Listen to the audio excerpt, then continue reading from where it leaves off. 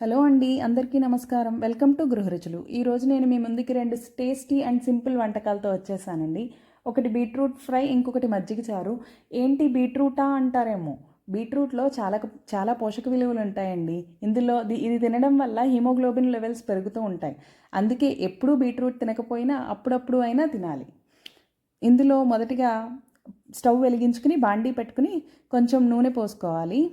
అందులోనే కొంచెం మినప్పప్పు, శనగపప్పు, ఆవాలు, జీలకర్ర, ఎండుమిర్చి, కరివేపాకు ఇవన్నీ వేసుకుని ఒకసారి కలుపుకోవాలండి. ఇవి కొంచెం ఎర్రగా వేగిన తర్వాత ఇందులోనే ఒక హాఫ్ చీరిక ఉల్లిపాయ కూడా వేసుకోవాలి.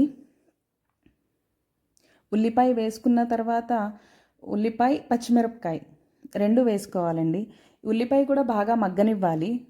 నేను బీట్రూట్ని ముక్కలుగా కంటే తురుముగానే ఎక్కువ ఇష్టపడతా. ఎందుకంటే మా పాప తినేటప్పుడు అది ముక్కలుంటే ఆ ముక్కలన్నిటికీ ఏరడానికి ఒక గంట, మళ్ళీ ఆ అన్నం తినడానికి ఇంకొక గంట, 2 గంటలు తింటుంది ఆ అన్నాన్ని బీట్రూట్ ఫ్రై చేసిన రోజు.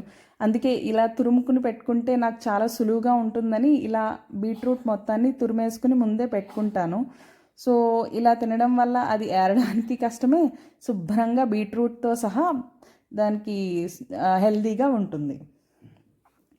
ఇది బాగా వేయించుకోవాలండి. బీట్రూట్ ఫ్రైకి ఆయిల్ చాలా తక్కువే పడుతుంది. సో కొంచెం బాగా వేయించుకున్న తర్వాత అది మగ్గిన తర్వాత కొంచెం పసుపు, ఉప్పు, కొంచెం కారం వేసుకోవాలి. యాక్చువల్లీ బీట్రూట్ ఫ్రైకి కొంచెం కారం ఎక్కువే పడుతుంది. ఎందుకంటే బీట్రూట్ కొంచెం తీయగా అనిపిస్తుంది. అందుకని కొంచెం కారం వేసుకోవాలి. అన్నంలో తినడానికి బీట్రూట్ తీయగా ఉంటే బాగోదు కదండి. సో అందుకని కొంచెం కారం ఎక్కువే పడుతుంది. అంతే, మీరు కలిపేసుకుని దింపేసుకోవాలి. ఎంతో టేస్టీగా ఉండే బీట్రూట్ ఫ్రై రెడీ అయిపోయింది. సో ఇది అన్నంలో సర్వ్ చేసుకుని తినండి. సో నా వంటలు కనుక మీకు నచ్చుతున్నట్టయితే లైక్, షేర్ అండ్ సబ్స్క్రైబ్ చేసుకోండి. ఇంకొక రెండో వంట మజ్జిగ చారు. మజ్జిగ చారు కూడా చాలా ఈజీ అండి. సో దీనికి ఏమి ఇంగ్రీడియంట్స్ అవసరం లేదు. ఫస్ట్ తాలింపు కొంచెం నూనె పోసుకోవాలి అంతే. కొంచెం నూనెలో కొన్ని మెంతులు, ఆవాలు, జీలకర్ర వేసుకున్న తర్వాత అవి కొంచెం వేగనివ్వాలండి. అవి వేగిన తర్వాత అందులోకి కొంచెం ఒక ఎండుమిర్చి, కొంచెం కరివేపాకు వేసుకోవాలి. రెండు వేసుకుని బాగా కలుపుకోవాలండి. బాగా కలుపుకున్న తర్వాత స్టవ్ ఆఫ్ చేసి పక్కన పెట్టుకోవాలి.